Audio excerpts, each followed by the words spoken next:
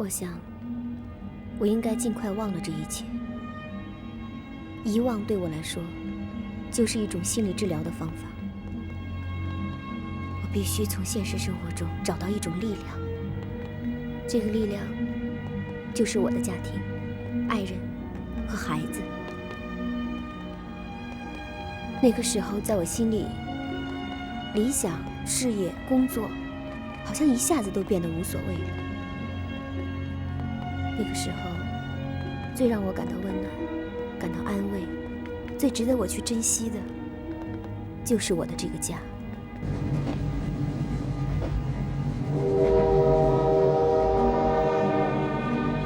我本来是舍不得难得的，我对这个地方，对我实习过的禁毒大队，已经习惯了，并且有了感情。但是，当我在车站看到铁军抱着孩子来接我的那一刻起，铁军，我突然觉得，我应该忘了难得，再也不回去了。安心，哎呀，哎，队里事儿处理完了？完了，早该完了。哎，看。我找市公安局政治部的严主任打听了，他对安心要到市局工作呢是表示欢迎的。以前我就找过他，可他说啊，现在可真不是时候。市公安局正在精简机关，今年也没有大学生的指标。安心即使到了市局工作，也只能安排到基层去，说不定啊，还会弄到郊区的县城呢。所以我的意思啊，不干警察也没什么。广平公安专科的毕业生分到哪儿都有。前天我又去联系了一下市人大，那要扩充信访办，正需要进人呢。邢副主任呢，又是主管信访工作的，他已经点头了。可是现在离你实习期满还差7个月呢。问题是人家不能老把名额空着等你啊。我觉得让安心索性把产假续得长一点，一直续到实习结束。在休产假的时候，让安心先到人大信访办去上班，先把位子站住再说。这倒也行，你还能续出假来吗？这个假，我想应该续得出来。等过几天呀，你再回队里一趟，把这事儿办牢靠了，你就说你和孩子身体不好。哎，需要医生证明的话，我去给你搞。不用，我们潘队长对我不错，人也通情达理。过些天我给他打个电话，说说就行。无论是检方公开的材料，还是我方调查了解的情况，我们认为，检方证人在乌泉的船上和被告人之间进行的那段天知地知、你知我知，但无第三人可知的对话，因为无从印证真伪，所以不足为证。最后一点，我们认为那位检方证人根本不具备担任本案证人的资格，原因很简单，那就是证人与被告人之间是情人关系。我们有证据表明，在被告人被捕前不久，证人因为要与他人结婚，急于摆脱被告，在摆脱不成时，有可能不择手段制造罪证，陷害被告人于死地。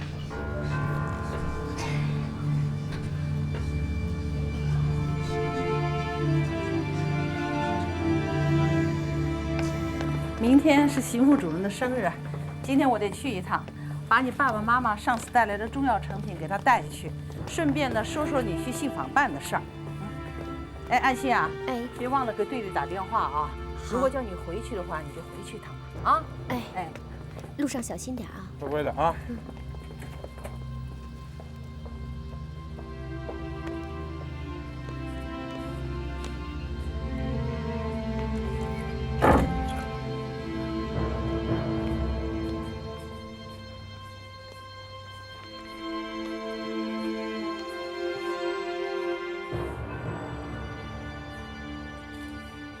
审判长，我们在调查中发现，证人与被告人之间的关系，显然不像证人在作证时向法庭谎称的只是一般认识的关系，而是保持了相当一段时间的恋爱关系。证人和被告人之间不仅保持着感情关系，而且还保持着肉体关系。就在被告人被捕前不久，证人还主动把被告约到瑞鑫百货公司门口见面，然后把被告带到南孟山一个僻静的茶水店里去密谈。他找被告谈了些什么呢？我们提请法庭传唤那间茶水店的老板作为证人出庭作证。传证人胡娟出庭。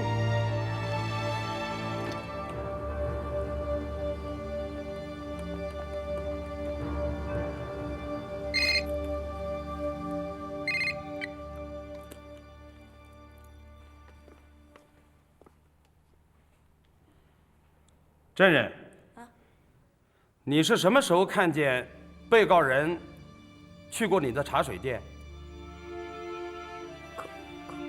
快1年了吧，前后共有2次。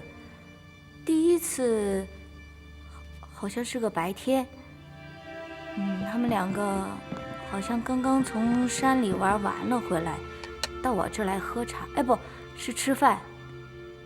第2次是天刚刚快黑的时候，还是他们俩来的。这次是喝茶，他们要了茶水、点心，还有米线，对，米线。辩护人，请你把照片出示给证人。证人，和被告人一起来的那个女孩子是这个人吗？是。证人，请你如实向法庭提供证言。他们那天要了。老板娘，哎，茶还有2碗米干。好的好的，稍等一会儿，我马上去做啊。可是我米线还没有做好，那个男的他就走了。哦，还给了那个女的一下。毛姐，打得很重，他就走了。后来吧，还是那个女的来给的钱。给完钱之后，他也走了。他为什么要打他？我也是听的哈，好像就是那个男的要跟那个女的好，那个女的呢，她又不要跟那个男的好。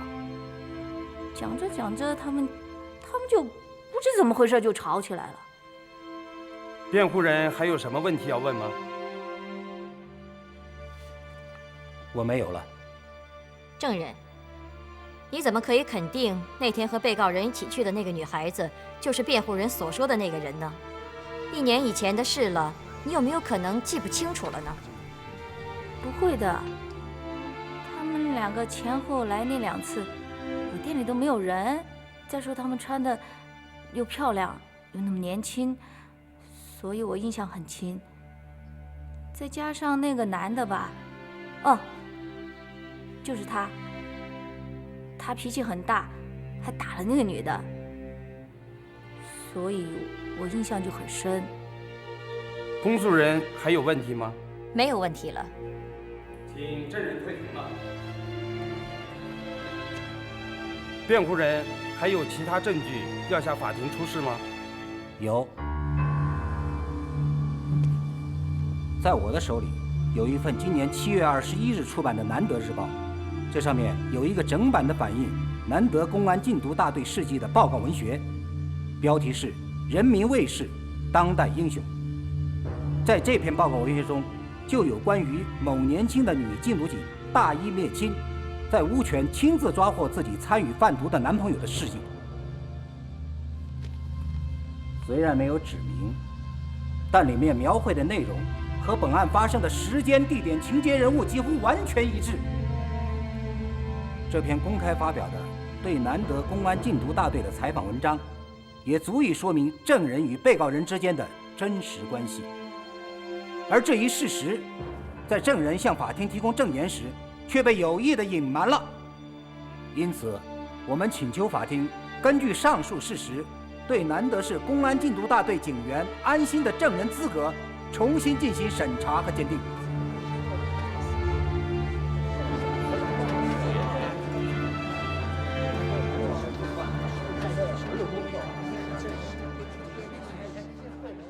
案子审到这一步，现在只能坚决打下去。律师方面显然是夸大了安心和毛杰之间的关系，他俩的关系到底有没有这么深？安心是不是要甩毛杰甩不掉？这都要讲清楚，要把这2个律师不负责任的诽谤给他驳回去。我反对在这件事情上跟辩护人继续针锋相对的细究下去。我看呢，他们显然是有备而来的，不然好几个月前的报纸他们都给翻了出来。看来他们的能力也不可轻视啊。至于男女之间的事情嘛，很难说得很清楚。老潘，你的意思呢？这可是你们办的案子。我看这个案子再这么样僵持下去，确实也很难。我们还是不要拿一个年轻的女同志的个人隐私，在法庭这种大庭广众之下去刨根问底的对质、调查、评论、分析了吧？这样对安心不好。而且这种事情查来查去，确实也很难得出安心和毛杰之间什么都没有发生过的结论，结果也未必对我们有利。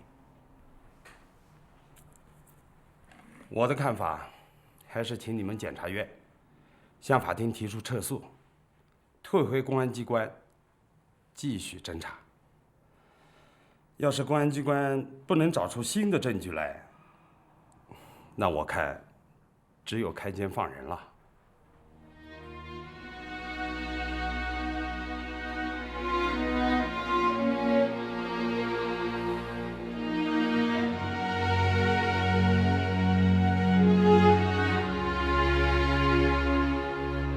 安心，给队里打电话了吗？我可跟邢主任说好了，邢主任今天痛快极了，当着我的面给市人大信访办就打电话了。你休假的事儿跟队里说了没有啊？我今天呀电话打了，就找不到潘队长。那其他的领导不行啊，这事儿得赶快定下来啊。这事儿啊，还是和潘队长说比较好，跟别人说，别人也做不了主。妈，我想要不这1、2天我就回一趟南德，我要真续那么长时间的假，以后真要不回去了，我队里有些东西和材料也要交代一下，还有我宿舍也得收拾了。也好，回去一趟，把事儿办踏实了啊。哎，你什么时候回去啊？最好能和潘队长先通上电话，省得回去了他还不在。是南德公安局啊，姓潘的啊，潘队长啊，他在，哎，你等着啊，哎。乖啊。喂，潘队长，我给您打了好几次电话，你手机也一直关着，啊？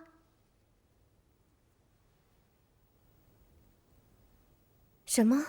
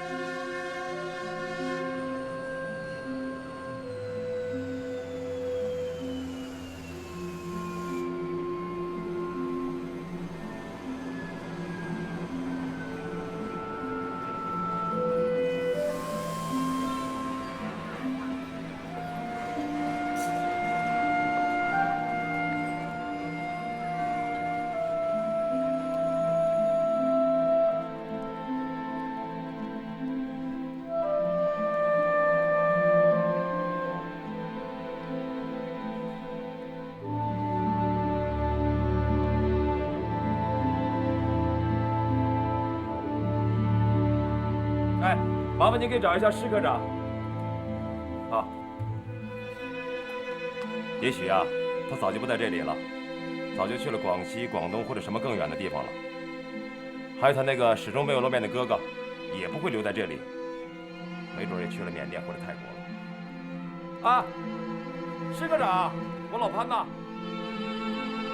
上次那个案子，我们跟线人又接触了一下，他提供了一些有用的线索，我们再研究研究。好，再见，哎。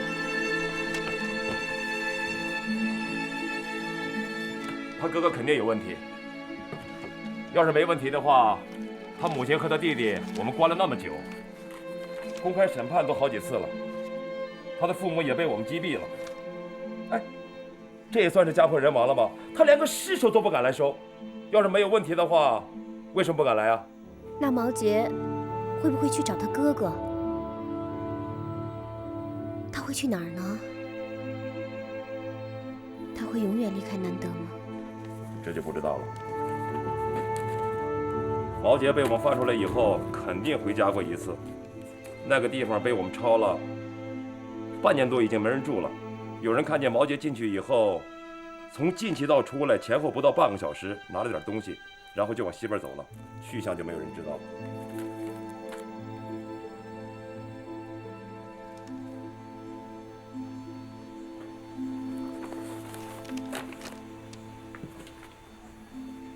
你不是不愿意他死吗？不，我只是不想他死在我手里。你怕什么？怕他的兄弟和同伙报复你？怕你自己的良心受不了？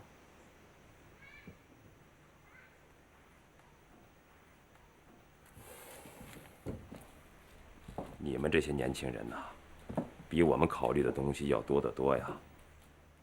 我不怕，我是禁毒的，他是贩毒的，我们势不两立。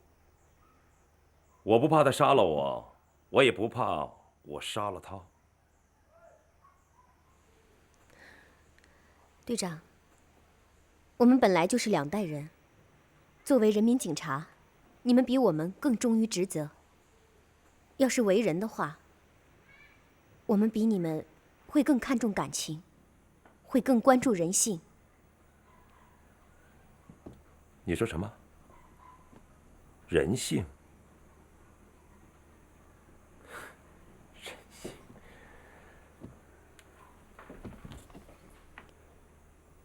假使有一天，你和我和毛杰狭路相逢，你会怎么样？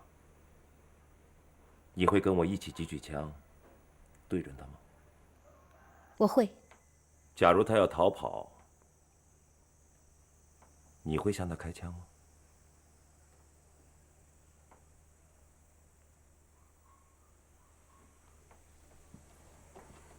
我会。队长，咱们说的这个假设，在现实生活中是不成立的。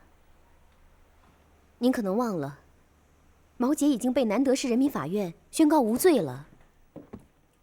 就在毛杰释放的当天，市公安局已经批准我们再次对他进行立案侦查。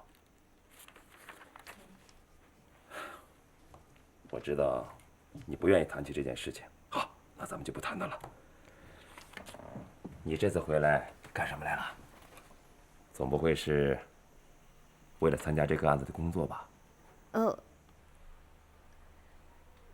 我怎么说呢？我生完孩子以后，身体一直就没缓过来，奶水也停得早，所以孩子的身体特别弱，特别容易生病。我看你就别着急着回来上班了，再续一段假。反正你是到这儿来实习的，也不占正式编制，索性等孩子长到1岁以后再来上班，这样对你对孩子都有好处。队长，其实我也特别舍不得你们，只是这一段时间，我也不知道是怎么了，心里总是特别乱。真的，我也不知道自己怎么搞的。你又不是不回来了，你不是说了吗？今后要在我们禁毒大队扎下去了吗？啊？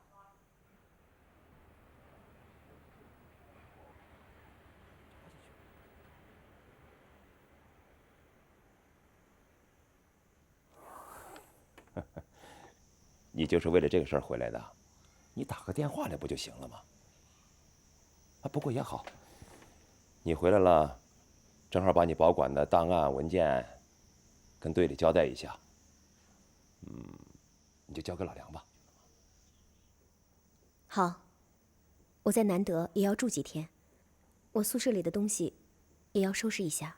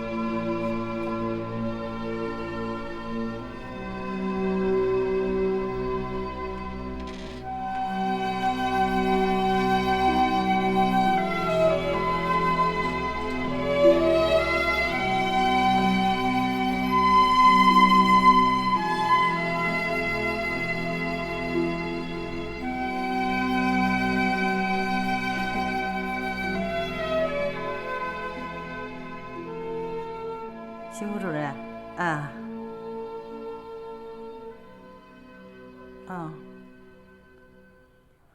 好，我马上就去。哎，阿姨，客人到了。你好，来，哎，你好，来，坐，好，坐。来，快沏杯茶去。坐。哎，好。天气热吧？今天挺热的，哎，铁军呢？铁军上班了。好，来，哎，喝茶，好，谢谢啊。这新茶。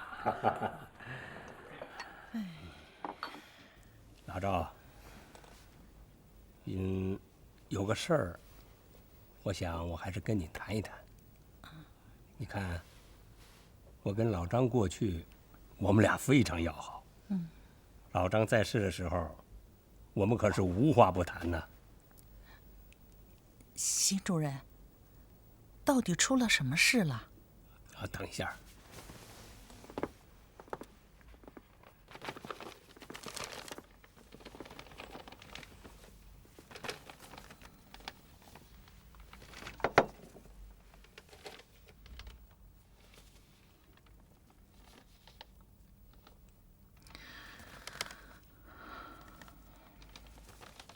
你再看看这个，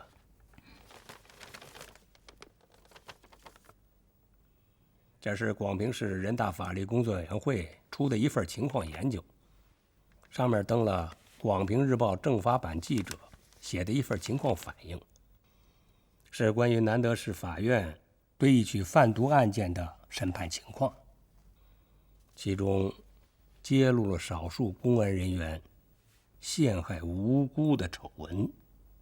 这里边牵扯到了铁军的爱人。这份情况反映我也是刚看到的，上面提到了南德日报过去对这个事情做的正面宣传。我让秘书把这篇报纸翻出来查了一下，果然有这么一段，看来不像是假的。我知道，铁军对这个爱人感情上是不错的，你对你这个儿媳妇儿也是不错。可是他这些事儿，还是应该让你们了解清楚。他的这种品行，你们也应该知道。你看他跟铁军谈恋爱的时候，又跟其他男青年乱搞。后来又想跟铁军结婚，又想甩掉人家，甩不掉吗？就利用职务之便，对人进行诬陷。这种事儿如果传出去的话，对铁军、对你，还有老张同志的在天之灵，都是不光彩的事情。哎，这种事情迟早会传出去的，所以我想让你们早一点知道，心里好有个数。名义上的光彩不光彩，好听不好听，这还都是小事。我担心的是这个孩子会不会根本就不是铁军的呀？这孩子好像是在难得怀上的吧？那个时候正是他背着你和铁军偷偷跟那个男青年来往的时候。孩子的名字还是我起的呢，叫张继志。我的意思是让他继承张志同志的遗志。如果这个孩子根本就不是张志同志的血肉，那叫这个名字，那不是对老张的极大不尊重吗？我建议你们重视这个事儿，最好到医院去查一查，做个亲子鉴定。医院都是可以做的。如果你们怕声张的话，我可以托市第一医院的刘院长，我跟他挺熟的，让他替你保密就是了。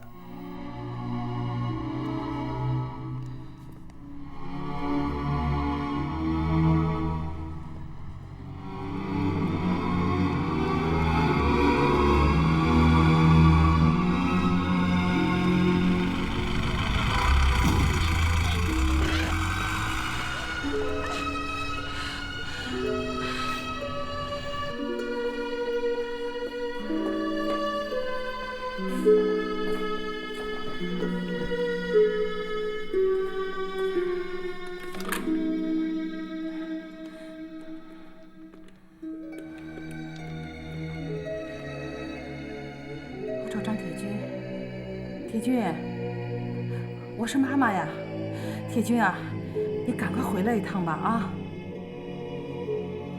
阿姨回来了啊，睡着了，好，你去做饭吧啊。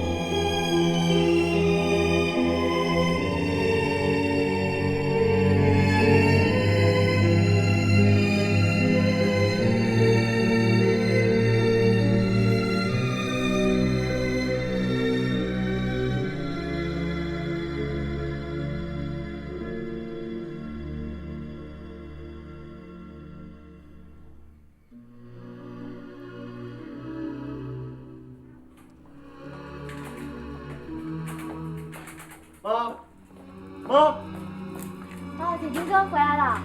哎，我妈呢？哦，阿姨在楼上呢。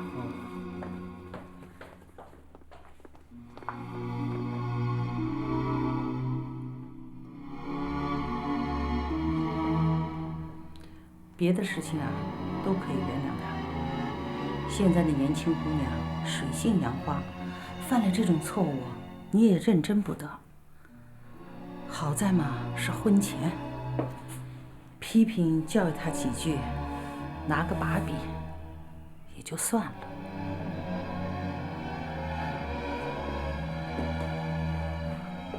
只是那孩子，可千万别是假的，千万别是那个嫌疑犯的。如果是的话，你要能接受，我也接受不了。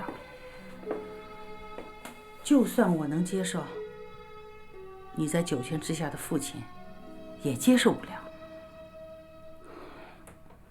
我不能对不起你的父亲。这关系到你们张家传宗接代的大事，我没有权利给你们张家弄出个假的来。我看啊，咱们就按邢主任说的那样，到医院去验个血，验了要不是别人的，咱们也就放心了呀，好吗？你倒是表个态呀！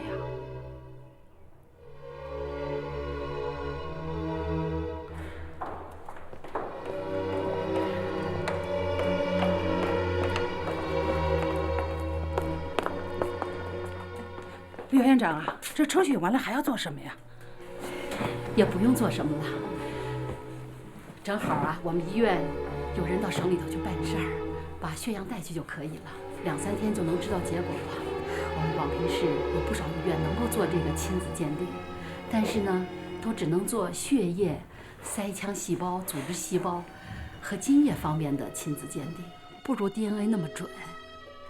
你们的这件事啊，是邢主任亲自交代的，所以1/1000的错最好都不要出，还是送到省里头去鉴定比较放心呢。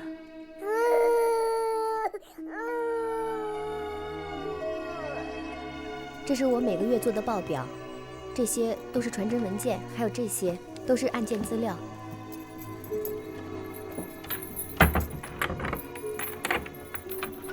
还有我这办公桌，我想明天再腾。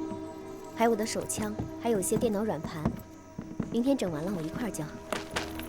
我今天得早点回宿舍去，把东西整一下。有些东西我就不带走了，队里谁要就送给谁。怎么彻底不回来了？你不是还回来吗？谁知道以后的事儿啊？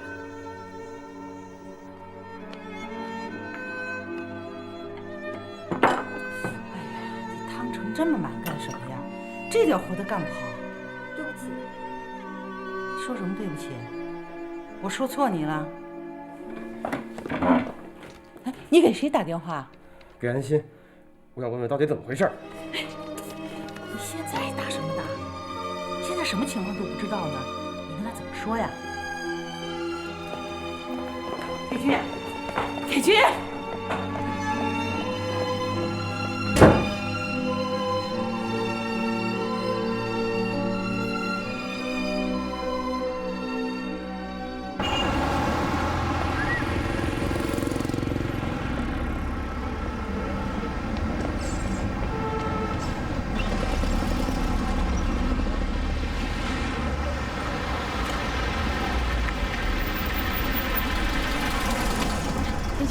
快上车吧。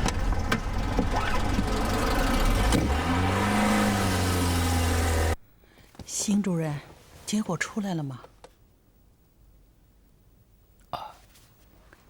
是铁军的吗？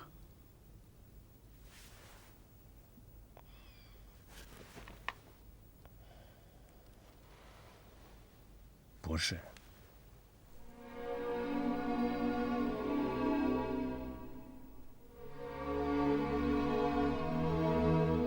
测试单子还在省人民医院，测试结果市第医院的刘院长已经知道了。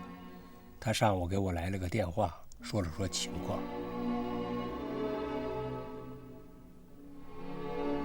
这个单子来了以后，你们还是看看，这个单子一定要收好。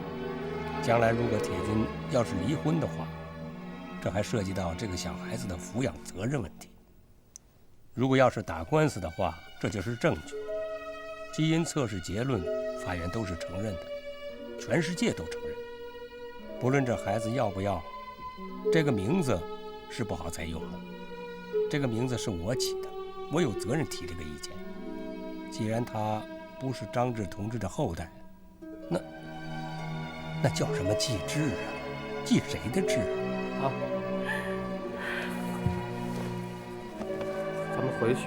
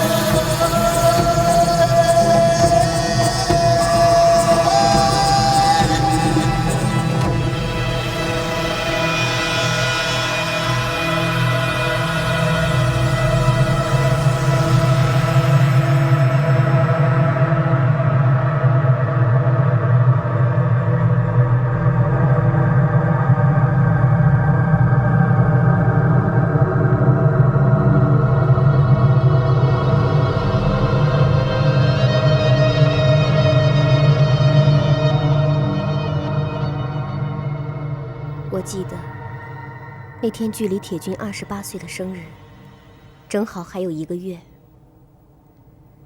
他这28年的生活，从来都是一帆风顺的。他有一个那么好的家庭，从小不愁吃穿，接受的又全是正面教育，前后左右总是包围着无数表扬和称赞。我们相爱之后，他对我很好，他爱我爱得一心一意。他一直觉得我这个人的人品好得没法再好了，所以当他听到在我的身上出现了这种辱没家门祖宗的丑事的时候，真像是个晴天霹雳。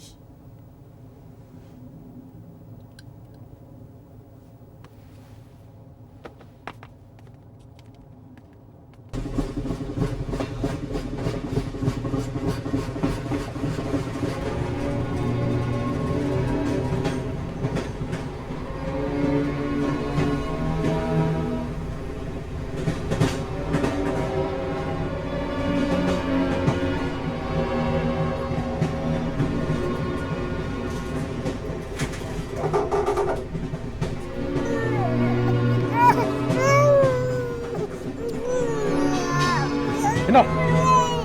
好。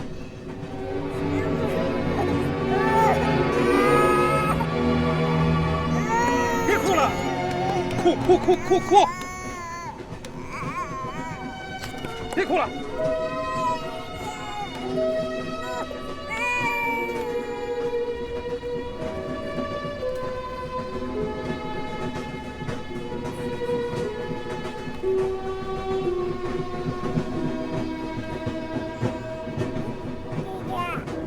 回什么家？回家！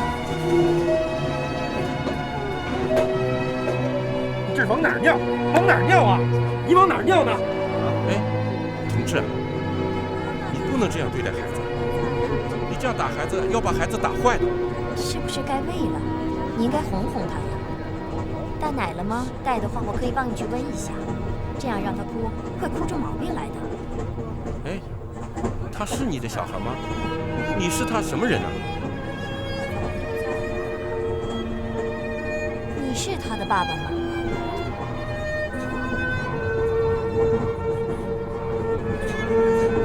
不是。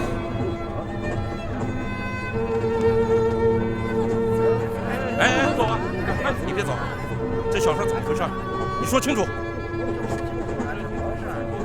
你们闪开！怎么回事？孩子是你的吗？是。哎，不对吧？刚才还说不是你的，怎么现在又是你的了？身份证有吗？我有，我忘带了。哟，宝贝儿，来，乐，哎，走一趟。从什么地方来？从广平。户口在哪儿？广平。你跟这孩子什么关系？父子关系。父子关系。小孩叫什么名字？叫张继志。在广平有工作吗？有。什么单位？市委宣传部。干部，文人。坐这趟车你去哪儿？去南德。干什么？找孩子他妈。孩子他妈在南德吗？干什么的？干公安的。跟你们都是一个大门里的。好，待会儿到了南德下车，我把你送到南德市公安局，你就可以和你爱人见面。我看你还说干不干公安？走，坐那儿去。为什么呀？坐那儿去。别动啊！